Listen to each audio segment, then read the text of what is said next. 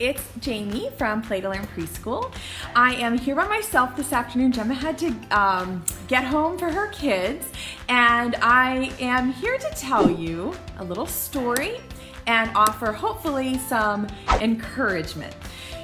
Okay, so first the little story and then a little bit of encouragement on this Thursday afternoon. Hello, hello. If you're joining me, let me know that you're here. I love to see your comments. I'll try to read them while I talk and not lose my train of thought. Okay, so here's the story. Once upon a time, there was a girl named Jamie White who taught second grade, and I did that for 6 years. And you know, as a first-year teacher, that things are tough, right? But then by about the third year, you really hit your stride, you start to get confident. I taught second grade for 6 years before I opened this preschool in 2005. When Gemma and I decided to open the preschool, we had all these big plans and big ideas for how our classroom was going to be. Oh, my dog is down here. It's after school. And we soon found out very quickly that preschool is a whole different ball game from teaching second grade. Our first week of school in 2005 was really tricky because we had set up our centers and our expectations and everything still with the mindset of like teaching second grade. It was really just, it wasn't smart. We made a lot of mistakes our very first year of school. I wanted to show you this picture. Do you see us? Look how happy we are. Do you know why we're happy? Because we survived the first year of school. We also look really young in this picture, right? We realized that we were putting this yearbook together for our students in 2005 to the 2005-06 school year, and we didn't have a picture of ourselves because we'd only been taking pictures of the kids. So we had a student take this picture, and they're standing on a chair, and so that's why that bottom up like angle. Anyway, these two girls, Jamie and Gemma, they made a lot of mistakes the first year of school. Like putting out things that we didn't want the kids to touch, but we thought we had them high enough that they wouldn't touch. But listen, they did touch them because they're kids, and so they figured everything down here was fair game. So like the first day of school, we ended up moving all of our bulletin boards and those kinds of things. We had out a listening center. Back in 2005, they were like headphones with like little Walkman, and they were destroyed the first day because we didn't think we would have to teach the kids how to use them. Okay, all of that story to say, your first year, or when you're first starting out, is going to have some missteps. It is. It's going to have some missteps. Those two energetic young girls, made a lot of missteps the first year. The trick is, and I think it's harder in 2019 than it was in 2018, the trick is to resist the urge to compare where you are in your classroom, in your journey with teaching, your teaching journey, with the resources and space and students that you have. Resist the urge to compare your spot in this journey to somebody else's spot in this journey. And that's so easier, it's easier said than done, right? It's so easy for me to say because we just started our 15th school year. So as you can imagine, a lot of things just come really easy here for us because we've done it before. We've tried it lots of different ways. It wasn't even like A/B testing, right? It was like we've tested 5 different ways, and each time we make a little improvement and it gets better and better. But it's so difficult in 2019, especially because my Instagram feed is just full of these gorgeous classrooms, gorgeous teachers, amazing learning centers, and I mean, just beautiful things. And I look at, 300 different classrooms in the span of a week, and you always are thinking to yourself, gosh, my room doesn't look like that. I think it too. And it's so important that we need to just stop, remove ourselves from the comparison, and say to ourselves, am I meeting the needs of the students that I have in my classroom today? Did I connect with them? Did we have a good relationship? Was I happy? Were they happy? What could I do in my own classroom today? What changed? Not what Pinterest activity could I do, but knowing what I know about my own classroom and my own situation. Is there something I could change tomorrow so that it's a little bit better? And that has to be our only goal, is to make each day a little bit better than the day before. First year Jamie and Gemma did not have a massive center rotation, toy rotation, scope and sequence, like the one that I've been sharing with you on Facebook Live for the last 5 years. We did not have that. And I mean like did not have anything like that. We taught a thematic unit. We've always done kind of thematic units of study. But it was just like 1 week we would do like apples, and I think it was even weekly the first year until we realized that that was not enough time. The next week we would do pumpkins, and the next week we would do leaves, and the next week we would do scarecrows, and the next week we would do Halloween. But we did not have like a rotation of things in our sensory table.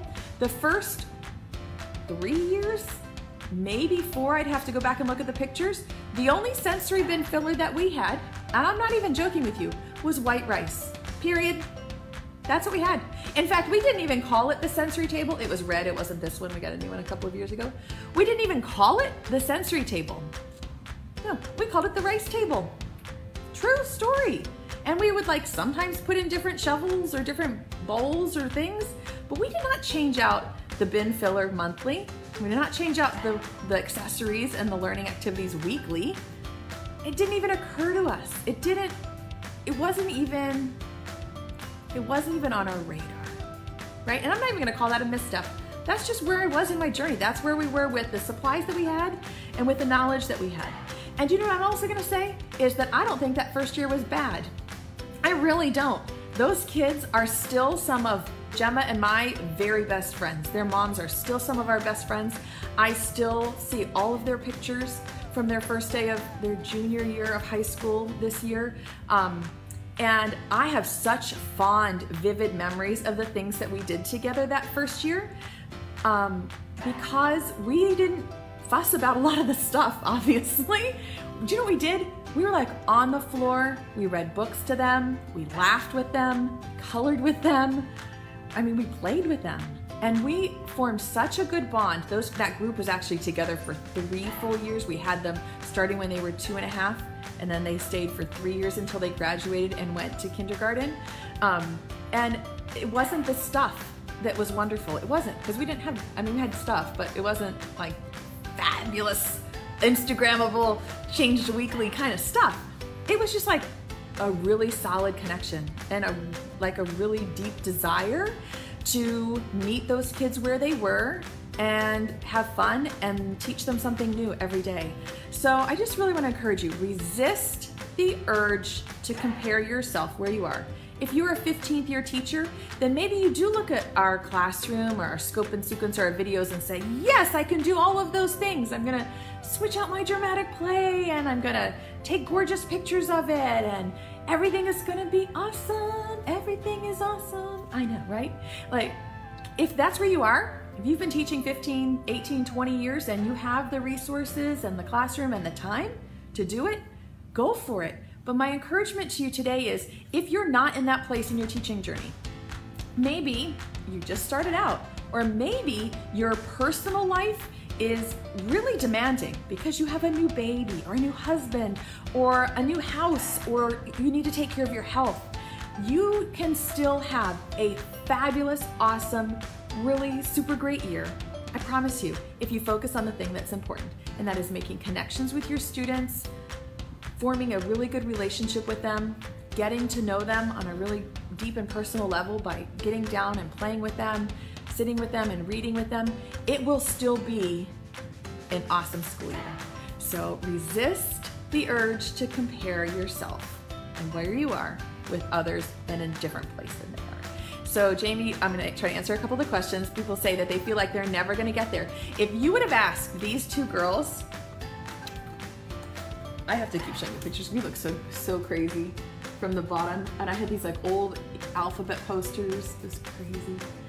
If you would have asked those two girls if they would be on Facebook giving advice or suggestions to other preschool teachers, those two would have laughed their heads off at you, because we did not feel like we were ever gonna get there either.